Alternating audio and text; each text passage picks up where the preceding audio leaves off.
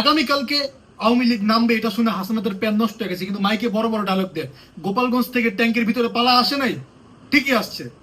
বিষয়টা হচ্ছে টোকাই হয়ে গেছে এখন দেশের অনেক বড় একজন নেতা।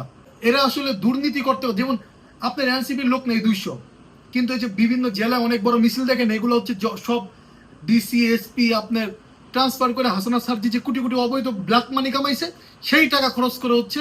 তারা এত টাকা কামাইছে যেটা আওয়ামী লীগ 17 বছর কামাইতে পারে না, এবং এটা এখন প্রকাশ পাবে না। এটা আওয়ামী লীগের নাম শুনলে এদের মানে প্যান নষ্ট হয়ে যায়।